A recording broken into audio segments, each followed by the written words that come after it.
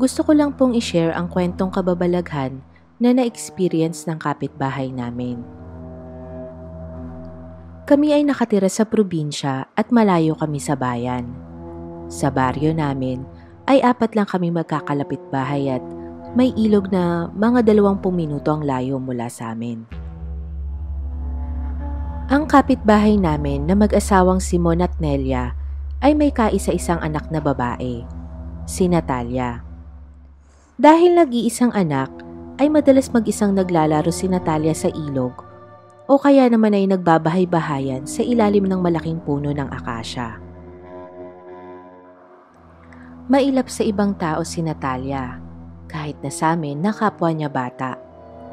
Pero madalas ay may kausap ito habang naglalarong mag-isa.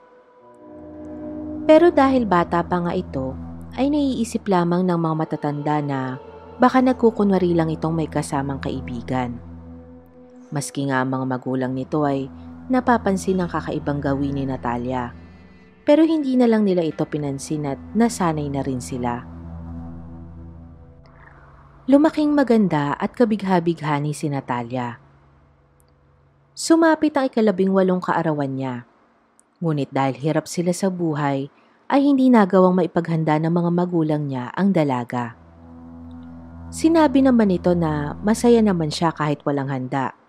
Subalit kinabukasan, ay nagulat at nag-alala sina Mang Simon at Aling Nelia nang pagkagising nila ay wala na si Natalia. Napaiyak at nanlumo ang mag-asawa sa pag-aakalang lumayas ang kanilang anak. Buong araw nilang hinanap si Natalia pero hindi nila ito nakita. Nang sumunod na araw, ay nagulat ang mag-asawa at lubos na nagalak nang makita nila ang dalaga na nasa bahay na at nakaupo malapit sa bintana. Pero ang kanilang tuwa ay napalitan ng pag-aalala nang mapansing hindi na nagsasalita ang dalaga at napakalaki ng tiyan nito na mistulang buntis at kabuanan na. Napakabilis ng pangyayari dahil ng gabing iyon ay umiiyak na sa sakit ng tiyan ng dalaga. Manganganak na si Natalia. Umiri ito ng pagkalakas-lakas at umihip ang malakas na hangin. Kasabay nito ang paglabas ng tubig at ang mahinang iyak ng sanggol. Nagimbal ang mag-asawa dahil wala namang batang lumabas. Tuluyan nang nawalan ng malay si Natalia. Kinabukasan, pagkagising ng dalaga ay umiiyak niyang kwento sa mga magulang niya na siya ay sinama ng isang engkanto na nakatira sa malaking puno ng akasya. Hinalay daw siya nito at itinira ng 8 buwan sa kanilang kaharian bago ibinalik sa bahay para magsilang ng sanggol na hindi man lang niya kailanman nasilayan. 10 taon na ang lumipas pero walang nangahas manligaw kay Natalia. Hindi pa rin ito nagsasalita at nakikihalubilo sa iba.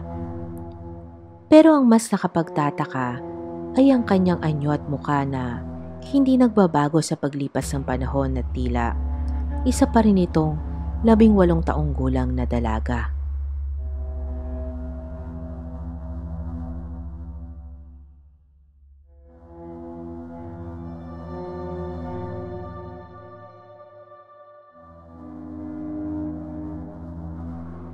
Simula nang maipanganak ako, ay sa bahay ng lola ko na ako nakatira. Siya na ang nagpalaki at nag-aruga sa akin. At the age of 17 ay nabuntis ako. Kaya naman nagpa siya ang lola ko na iparenovate yung luma naming shop at gawing kwarto namin na magiging anak ko. Hindi kami nagsasama ng tatay ng anak ko dahil ayaw ng lola ko sa kanya. Kaya simula nung mga anak ako, ay kami lang ng bibi ko magkasama sa kwarto namin. 3 months na yung baby ko noon nang magsimula akong maging balisa. Pakiramdam ko kasi ay parang laging may nakatingin sa akin. Dahil dito ay sinabi ko sa kapatid kong lalaki na doon na muna matulog sa kwarto namin ni baby. Hintay ako ng hintay nung gabing yon pero wala pa rin ang kapatid ko. Tinawagan ko ito sa kanyang cellphone at sinabi niyang bukas na lang daw siya matutulog sa amin dahil nasa bahay daw siya ng kabarkada niya at nag-iinom. Gigil na gigil ako sa kanya noon dahil natatakot nga ako pero nilakasan ko na lang ang loob ko at pilit na natulog. Hindi ko na lang pinatay ang ilaw at nilak ko na lang na maigi ang pinto. Bandang 3:00 ng madaling araw ay nagising ako sa iyak ng baby ko. Itataas ko sanang damit ko para magpadede pero laking gulat ko dahil wala na akong suot. Lahat ng damit ko ay nasa dulo na ng kama namin. Sa sobrang takot ko ay napasigaw ako kaya nagising ang lola ko. Kinuwento ko sa kanya ang nangyari sa akin. Sinabi ng lola ko na wag daw akong matutulog na manipis ang suot na damit lalo pa at wala akong asawa. Baka daw kasi inaasawa na ako nung maligno. Napaiyak ako sa takot kaya tinabihan ako ng lola ko nung gabing yon. Kinabukasan ay hindi ko na talaga pinaalis yung kapatid ko dahil natatakot na talaga ako tuwing gabi. Natulog kami bandang 10:00 ng gabi. Sa lapag sa tabi ng kama namin nahiga ang kapatid ko. Mga 2:00 ng madaling araw nang makaramdam ng tawag ng kalikasan ng kapatid ko. Bumaling siya sa tapat ng pinto at nakita daw niya ang isang lalaki na maitim at parang nakasuot ng pangsundalo. Hindi daw niya makita ang ulo nito dahil lagpas daw sa pinto ang taas nito. Sa takot ay pinikit na lamang niya ang kanyang mga mata at tiniis ang ihi niya. Kinabukasan ay nagkwento siya sa akin tungkol sa nakita niya. Dahil dito ay nagsimula na ako maglagay ng rosary at Bible sa tabi ng kama namin at nagdadasal na rin kami bago matulog. Awa ng Diyos ay nawala naman ang pagpaparamdam.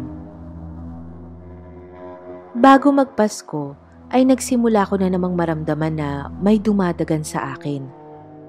Nung mga oras na yon ay wala akong kasama maliban sa anak ko. Binaliwala ko ito at nagsuot ako ng red na damit at rosaryo para pantaboy sa kung ano man yung gumagawa nito sa akin. Kinabukasan, nung maliligo na ako, napansin ko na napakadaming hiwa sa likod ko na para bang kalmot ng mahahabang kuko.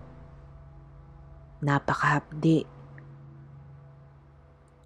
Nagpa siyang papa ko na ipatawas na ako at doon ay nakita na may isang malaking lalaki na may sungay na ayaw akong tantanan. Mula noon ay lumipat na ako sa bahay ng mga magulang ko at hindi ko na tinangkapang bumalik sa kwartong yon. Pinayuhan din ako ng albularyo na once mag-asawa daw ako ay lagi ko daw isuot ang huling damit na suot nito lalo na kung matatagalan itong umuwi. Isa daw itong mabisang panangga para sa mga maligno na nang-aasawa.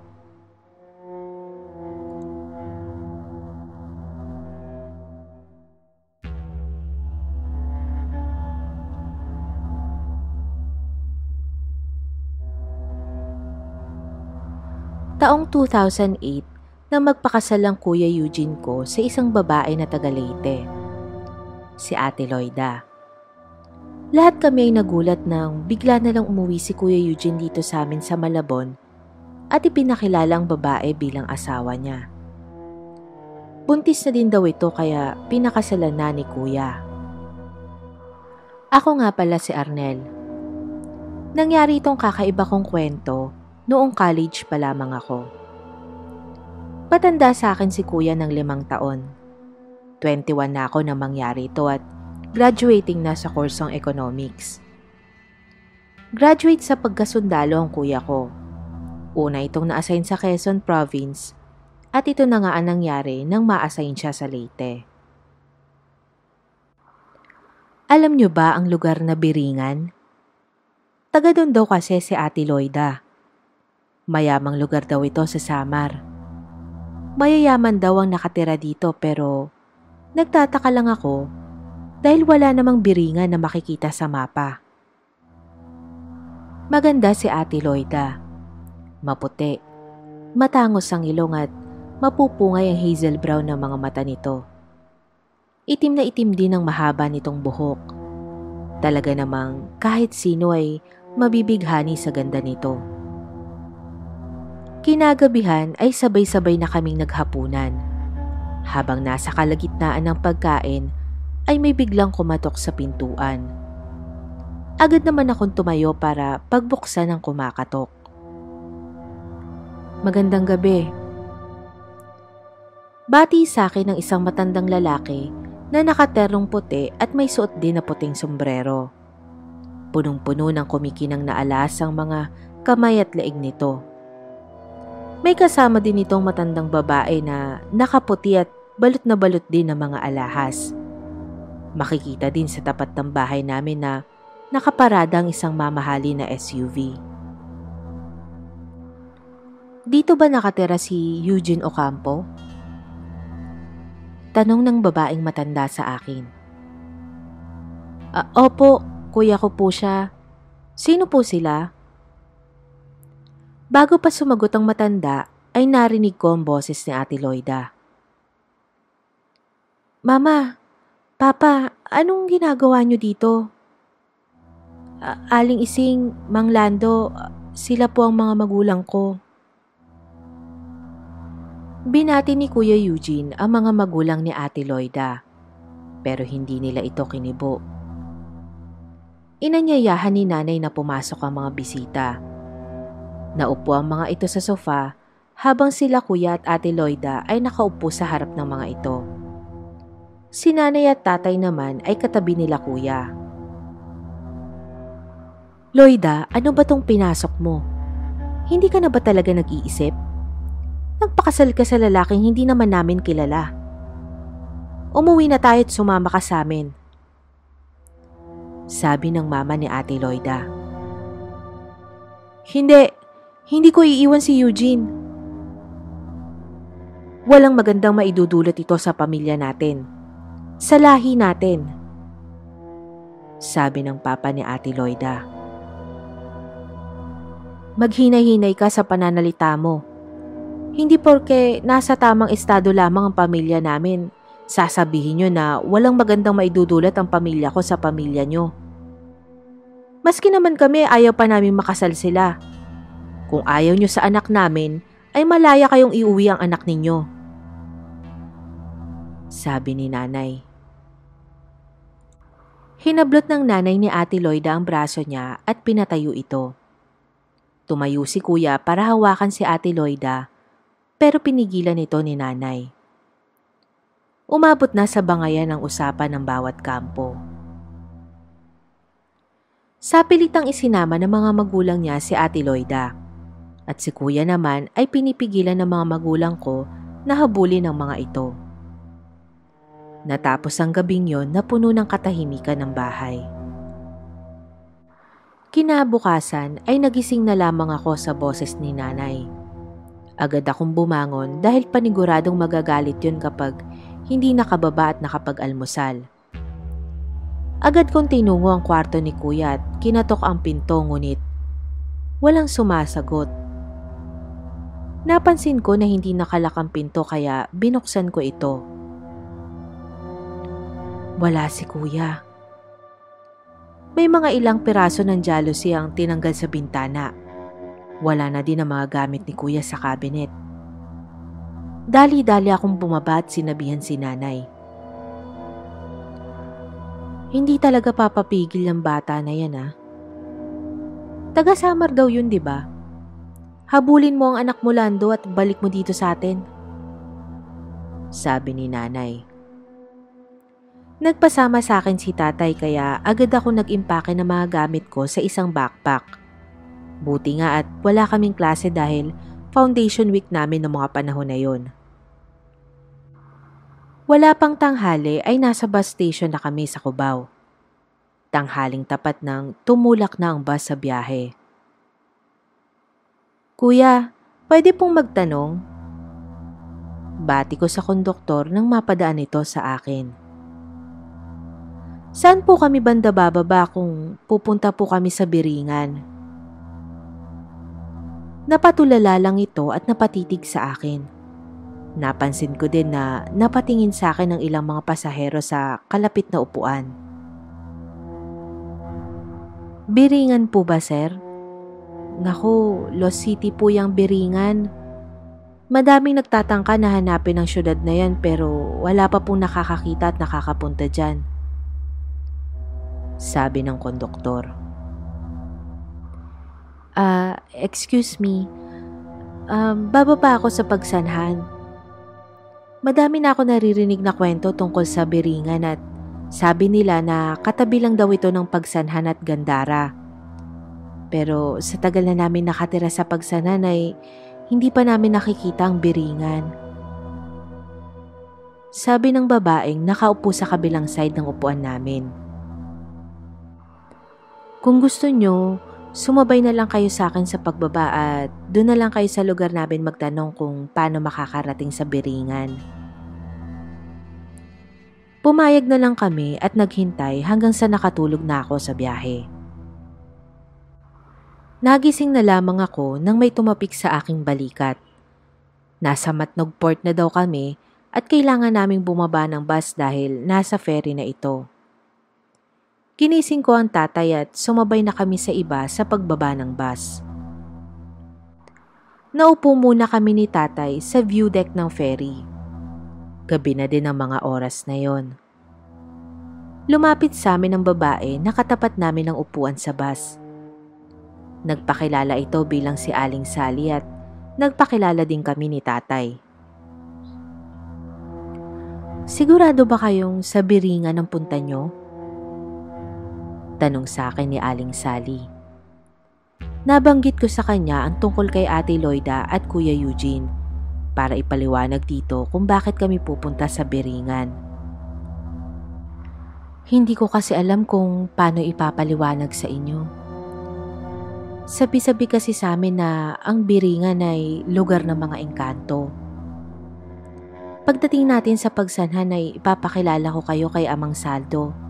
Baka siya makatulong sa inyo na mahanap kung saan ang Biringan.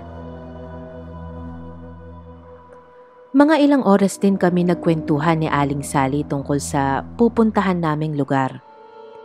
Maya-maya pa ay tinawag na din kami ng konduktor ng bus dahil malapit nang makarating ang ferry sa Allen Samar.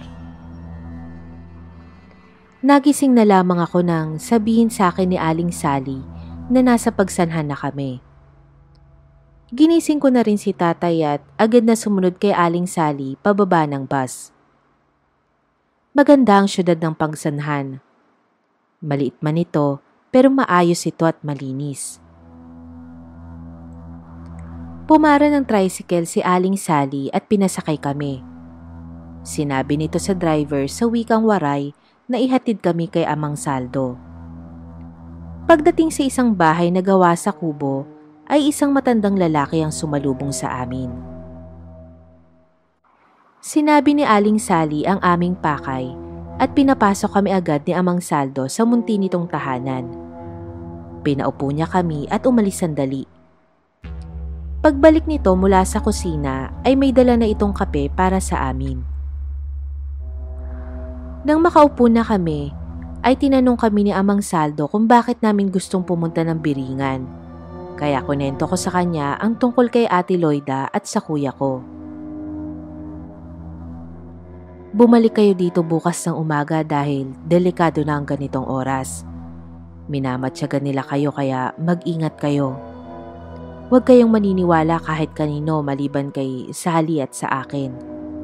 Huwag din kayong basta-bastang kakain ng mga pagkain na bago sa inyong mga mata. Bili ng matanda sa amin matapos ko magkwento. Agad na kami nagpaalam sa matanda matapos ang pag-uusap at bumalik na sa sentro ng Pagsanhan. Kumuha kami ng kwarto ni tatay sa isang hotel na malapit sa tinutuluyan ni Aling Sally. Sa sobrang pagod ay nakatulog kami agad ni tatay hanggang sa magising ako bandang madaling araw sa malalakas na katok sa pinto. Agad akong tumayo at binuksan ang pinto. Nagulat ako nang tumambad sa aking harapan si Ate Loida. Anong ginagawa niyo sa pagsanhan, Arnel? Tanong agad sa akin ito. Sinagot ko siya na hinahanap namin ang kuya ko. Gusto niya talaga makita ang Kuya Eugene mo? Sige, bukas ng hapon, magkita tayo sa Barangay Carmona sa bayan ng Gandara. Malapit na lang doon ang biringan. Siguraduhin mo lang na darating kayo. Mariin na sabi ni Ate Loida, sabay talikod nito at alis kasama ang dalawang lalaki nakaputing uniforme. Agad kong ginising si tatay at sinabi sa kanya ang naging usapan namin ni Ate Loida. Kinaumagahan ay sinundo na kami ni Aling Sally sa hotel na aming tinutuluyan. Agad kaming tumungo sa kubo ni Amang Saldo at sinabi dito ang nangyari kagabi. Sige, makipagkita tayo sa hipag mo, binata. Pero isa lang ang sasabihin ko sa inyo. Kung mararating natin ang biringan, siguraduhin nyo na hindi kayo mabibighani sa ganda ng lungsod. Huwag kayong kakain ng kanilang masasarap na pagkain. Huwag kayong mamamangha sa alindog na kanilang dala dahil lahat ng taga-biringan ay mga magaganda at gwapo. Huwag kayong padadala sa kanilang mapagkunwaring kabaitan dahil ito ang magdadala sa atin ng kapahamakan. Mariing bili ng matanda sa amin. Matapos nito ay may inabot si Aling Sally na kamangyan at insenso sa matanda. Tinanong ko si Amang Saldo kung para saan ito. Hindi mo kilala ang hipag mo, binata. Kakailanganin natin ito bilang proteksyon sa kanila. Hinati-hati ng matanda sa maliliit na peraso ang kamangyan at insenso at inilagay ang bawat isa sa isang maliit na tela. Itinali niya ang mga ito at saka inabot sa amin isa-isa. Maya-maya pa ay may bumusina sa labas ng bahay ni Amang Saldo. Lumabas kami at isang multikabang nag-aabang sa amin na minamaneho ng anak ni Aling Sally na si Ruben. Sumakay na kami sa likod ng sasakyan at inalalayan si Amang Saldo sa pagsakay. Sa unahan na upo si Aling Sally at matapos nito ay tumulak na kami patungong Barangay Carmona. Ilang oras na din kami naglalakbay at panay bundok at kakahuyan lamang ang aming nadaraanan. Hapon na nang marating namin ang bayan ng Gandara at tulad ng pagsanhan ay maliit lamang ito ngunit maayos at malinis. Huminto kami sa isang tindahan sa bayan ng Gandara. Bumaba muna kami upang makibanyo at kumain ng kaunting merienda. Medyo malamig na ang hangin na dumadampi sa aming mga balat at padapit hapon na din nang marating namin ang Barangay Carmona. Tahimik ang barangay at konti lamang ang mga tao na nasa labas. Huminto kami sa isang munting plaza sa barangay. Maya-maya pa ay isang napakagarang sasakyan ang dumating at bumaba si Ate Loida mula dito. Hindi ko alam na may mga kasama pala kayo, Arnel. Bati ni Ate Loida sa amin. Tinanong ko kung nasaan ang kuya ko. Hindi ko siya kasama. Nasa mansyon siya. Kung gusto niyo siyang makita at makausap ay sumunod kayo sa amin. Agad itong tumalikod at muling sumakay sa puting magarang sasakyan nito, kasama ang dalawang lalaki na naka-uniforme. Agad din kami sumakay sa sasakyan nila Aling Sally. Bago umalis ay pinagbilinan ulit kami ni Amang Saldo. Huwag na huwag kayong mabibighani sa ganda ng lugar na pupuntahan natin. Walang magtuturo at walang bababa ng sasakyan kung hindi kinakailangan. Nakasunod na kami sa sasakyan ni Ate Loida. Malubak masyado ang daan. Madilim at panay puno lamang ang nakikita namin. Hindi naglaon ay may natanaw kaming isang napakaliwanag na lugar sa hindi kalayuan. Maya-maya pa ay nakarating na kami sa isang napakagandang syudad. Halos lahat ng sasakyan doon ay mamahalin, magagara, naglalakihan at nagtataasan ng mga gusali. Parang Maynila pero mas modernisado. Napansin namin na halos lahat ng tao na naroon ay mayayaman. Malinis din ang kanilang mga daan at maliwanag ang mga ilaw dito. Nakakamangha ang syudad ng Biringan. Matapos ang ilang sandali ay papasok na kami sa isang napakagarang mansyon. Moderno ang disenyo nito at sobrang laki. Tuloy kayo sa aming munting tirahan, sabi ni Ate Loida. Bumaba na kami ng sasakyan at sumunod dito. Pagbukas ng pinto ng mansyon ay nakatayong naghihintay ang mga magulang ni Ate Loida sa amin. Tay, anong ginagawa niyo rito? Nakita namin si Kuya Eugene na pababa sa hagdan mula sa ikalawang palapag ng mansyon. Nakaputi rin ito at napakagara ng kasuotan.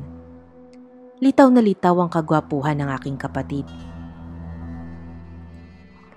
Aktong lalapit ako sa kuya ko para yakapin ito nang humarang sa daraanan ko si Ate Loida. Mas mabuti pa siguro kung sa komedor na tayo mag-usap. Sabay-sabay kaming tumungo sa napakagandang komedor nila Ate Loida. Naupo sa gitna ang papa ni Ate Loida habang magkatabi naman sa kabilang bahagi ng mesa ang mama nito, si Ate Loida at ang kuya ko. Kami naman ay magkatabi ni tatay kasama si Amang Saldo at Ate Sally. Si Ruben naman ay naiwan lamang sa labas sa sasakyan. Arnel, pwede ba kita makausap? Tayong dalawa lang sana. Tumayo si Kuya Eugene at sumunod naman ako sa kapatid ko. Pumunta kami sa likod ng bahay kung saan may isang napakalaking swimming pool ang naghihintay. Umalis na kayo dito. Isama mo na mga kasama mo at si tatay. Umalis na kayo bago pa may mangyari sa inyong masama, sabi ni Kuya sa akin. Nandito lang pala kayong dalawa. Nagmula ang tinig ni Ate Loida sa aking likuran. Tumabi ito kay Kuya Eugene at humawak sa braso ng kuya ko. Arnel, ano ba talaga ang sadya nyo dito? Nakita mo naman na ang Kuya Eugene mo. Maayos naman siya dito. Ano pa ba ang kailangan nyo? Nagtataka ako na hindi man lang kumikibo si kuya. Nakatulala lamang ito at nakatingin sa malayo. Kailangan naming maisama pa uwi si Kuya Eugene. Hindi kami aalis hanggat hindi namin kasama ang kuya ko, sabi ko kay Ate Loida. Ganun ba? Sige, magkasubukan tayo. Subukan niyo ipaglayo kami ng mahal ko, kung hindi ay mapapahamak kayo. Galit na sabi nito sa akin. Pagbalik namin sa loob ng bahay ay nakatayo na ang lahat sa komedor. Pinahanda na ni Ate Loida ang mga silid na tutulugan namin. Kitang-kita ko sa mukha ni Amang Saldo ang pagtanggi na doon kami magpalipas ng gabi. Sa isang kwarto ay kami ni tatay ang magkasama. Sa kabilang kwarto naman ay si Aling Sally at ang anak nito na si Ruben. Sa pangatlong kwarto naman ay si Amang Saldo. Mabilis kaming napaidlip dahil na rin siguro sa maghapong biyahe namin.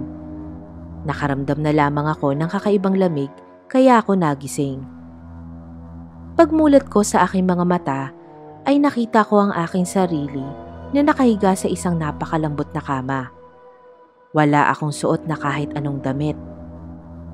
Dahan-dahang lumapit sa akin ang isang hubad na babae.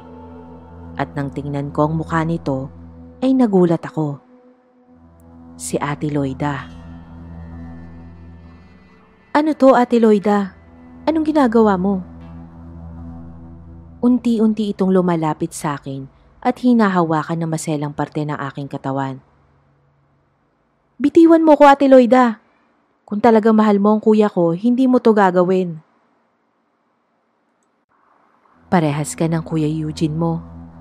Matapang. Gusto ko yan. Ayaw mo bang maramdaman ang ipinaramdam kong kasiyahan sa kuya mo, ha, Arnel? sabi ni Ate Loida at akmang hahalikan ako nito. Bitiwan mo siya, Engkanto! Nagulat ako sa sigaw ng isang matandang lalaki, si Amang Saldo. Bumaba si Ate Loida sa kama at unti-unting lumapit kay Amang Saldo. Arnel, tumayo ka dyan. Tanggalin mo sa isip mo na wala kang saplot. Nililito ka lamang ni Loida. Inilabas ni Amang Saldo ang kanyang dalang pangontra at napatigil sa kinatatayuan niya si Ate Loida. Hindi kayo magtatagumpay na makuha sa akin ang taong pinakamamahal ko. Sigaw ni Ate Loida at bigla na lamang itong naglaho. Agad kong ginising si Tatay, Aling Sally at Ruben at nagmamadali kaming bumaba sa unang palapag ng bahay. Pagbukas namin sa main door ng mansyon ay nakaabang sa amin si Ate Loida, kasama ang mga magulang nito at kanilang mga tauhan. Nakaputi silang lahat na parang pulto. Saan kayo pupunta? Alam niyo ba na hindi na kayo makakaalis dito sa Biringan? Walang sinumang pumapasok dito ang nakakalabas. Sabi ng ama ni Ate Loida. Yun ang akala nyo. Narating ko na noon pa ang syudad ng Biringan. Binihag at inalipin ako ng mga lahi nyo pero nagawa ko makatakas at makalabas dito. Sigaw naman ni Amang Saldo. Hinahanap ko si Kuya Eugene ngunit hindi ko ito makita. Umaasa ka pa bang sasama sa inyo ang kapatid mo? Amin na siya.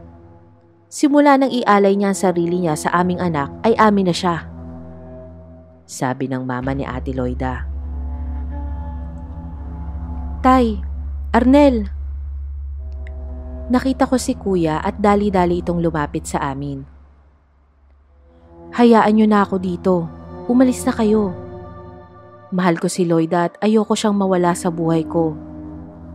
Noong oras na malaman ko kung ano talaga siya ay binala ko siyang talikuran. Pero nanaig pa din ang pag-ibig ko sa kanya. Nagalit sa akin ang kanyang mga magulang nang una kong talikuran si Loida at nagbanta silang sasaktan kayo. Dahil mahal ko kayo ay ginawa ko ang lahat para wala nang madamay pa sa inyo. Dumuluhang paliwanag ni Kuya. Kailangan nyo nang lisanin ang lugar na ito. Ako na lang ang bibisita sa inyo. Paalisin nyo sila. Tumupad naman ako sa aking pangako na manirahan dito. Sigaw ni Kuya Eugene sa mga engkanto na nakaharang sa aming harapan. Mama, nagsasabi ng totoo si Eugene. Mahal niya ako. Sabi ni Ate Loida. Mama, Papa, sa oras na hindi niyo sila paalisin, ay kusa kaming sasama sa kanila ni Eugene. Nirespeto ni Eugene ang kagustuhan natin kaya sana respetuhin din natin ang kagustuhan niya. Arnel, wag na wag mong pababayaan sila nanay at tatay. Tandaan mo na mahal ko kayo. Pagpapaalam sa amin ni Kuya Eugene. Agad na pinaandar ni Ruben ang sasakyan at nagbadali kaming lumabas sa garahe ng bahay.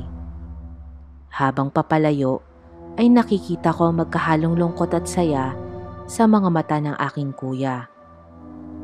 Unti-unting nawala sa aming tanaw ang ganda ng syudad. Nabalot na kami ng dilim at tuluyan ng nilisan ang Biringan.